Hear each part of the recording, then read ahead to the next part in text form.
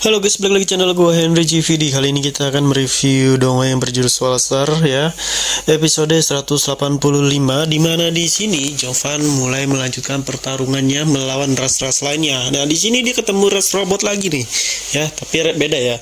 Ras robot yang waktu itu kan masih ya ras-ras masih di bawah lah, belum terlalu kuat. Nah di sini rasnya ini udah mulai kuat nih. Dia ngelawan mungkin salah satu orang yang harusnya salah satu jenderal ya, kalau kita bandingin gitu ya kan. Tapi di sini juga Lu Feng juga udah lama ya, di berapa ratus tahun di sini, mungkin udah 1000 tahun atau lebih ya. Jadi dia juga udah meningkatkan kekuatannya, udah meningkatkan juga seluruh power dari naganya, naga Behemoth ya. Nah, jadi ngomong tentang Behemoth ini ya, sebelum kita masukin tadi juga ya, Behemoth ini tuh udah terkenal ya guys. Monster Behemothnya si Lu Feng ini dijuluki raja sayap perak ya, di berbagai ras. Nah, jadi semua orang-orang yang di bawah, malah kebanyakan ras tuh takut ya sama si monster sayap perak ini ya. Kenapa ya? Karena seketika dia muncul semua dibantai ya sama dia sayap-sayapnya.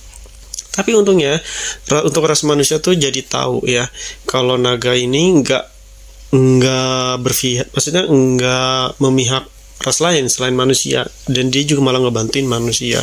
Jadi dia juga nggak tahu kalau ternyata itu monster miliknya Lu Feng. Mungkin itu sendiri, monster itu sendiri ada Lu Feng guys sebenarnya. Tapi banyak yang nggak tahu dari ras manusia. Jadi yang tahu tuh cuman si gurunya doang ya, gurunya Lu Feng. Nah di sini mereka dibantai semua tuh sama Lu Feng, berbagai ras. Mereka pada takut kalau ketika muncul si naga perak ini ya. Nah kenapa disebut sayap perak ya warnanya ya? Karena dia juga memakai jubah ya kan, yang dikasih sama siapa tuh, sama gurunya yang dilapisi perak tersebut. Nah kita balik lagi ya, karena di sini si Behemothnya ini udah terkenal dan dijuluki King, serta kekuatannya juga udah melebihi tubuh manusia Lu Feng. Jadi sekarang Lu Feng sering banget nih pakai si naga ini, mungkin untuk ditingkatin lagi. Kenapa gue bilang seringnya? Buktinya tadinya dia cuma pakai tubuh manusia ngelawan si ras robot ini. Tapi karena ngeliat situasinya, ternyata yang dia lawan itu bukan pemimpinnya, itu ternyata lebih kuat dari ras tubuhnya Lu Feng. Akhirnya dia kalah guys, dan dia maksa munculin naganya itu, Behemothnya ya.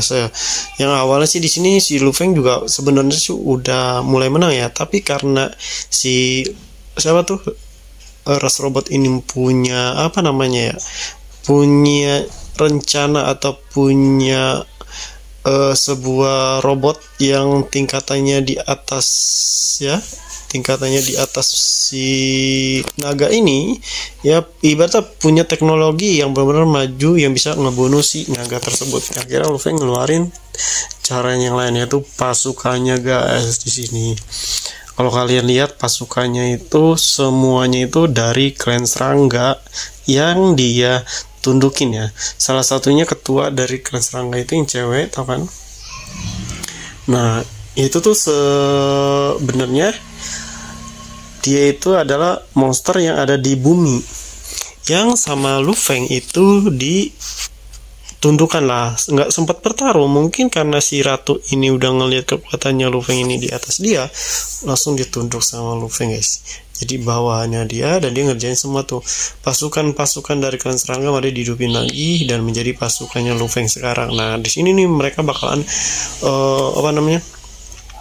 bakalan perang abis-abisan ngelawan klan ras robot ini. Nah ras robot ini tuh cuma yang milikin nyawanya tuh cuman pemimpinnya doang ya guys ya, namanya juga ras robot. Jadi robot yang lain tuh cuma jadi bawahannya doang, dikorbanin. Tapi jangan diremehin, karena si robot ini juga memiliki standar kekuatannya masing-masing guys ya. Kalau gua bandingin tuh kayak itu ya, kayak film Transformer ya, tau kan yang robot-robot gitu, Transformer. Sama nih ya, bedanya yang Transformer tipe lawan manusia, yang ini Transformer ngelawan ras manusia juga sama, cuman tingkat kekuatan ras manusia yang di Transformer lama-lama ya nggak ada motivasi malah di situ.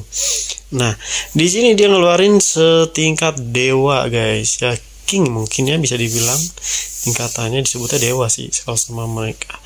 Nah di sini juga bakal perang besar-besaran. Lu Feng juga ngedapetin sisa-sisa peperangan robot. Oh seneng banget itu ya, bayangin guys ya, apalagi teknologi ras robot ini, namanya juga ras robot, berarti lebih maju daripada manusia seharusnya ya. Tapi keren sih pembuatan ras robot ini, maksudnya ada ras robot, ras monster, ras iblis, apalagi ya itu ras klan abadi. Nah di sini banyak ras ya di galaksi tersebut. Sekarang kan udah nggak bertarung di arena robot, arena bumi ya. Hingga akan ada yang bisa sih menampung kekuatan Lu Feng kalau Lu Feng bertarung di bumi. Bukan hanya nggak bisa menampung sih, malah nggak bisa menampung pertarungan mereka nantinya. Yang ada bumi belah 2 kali ya, belah 3 kali di sini. Makanya setiap bertarung kalau kalian lihat kan kebanyakan di luar angkasa ya, kebanyakan di luar angkasa, karena ya luar angkasa lah yang bisa menampung kekuatan mereka ya. Ruang angkasa itu ruang yang nggak ada oksigennya ya, ruang hampa lah. Jadi kekuatan apapun yang di pertarungan di atas itu kan ibaratnya memperlambat ya, nggak ada oksigen.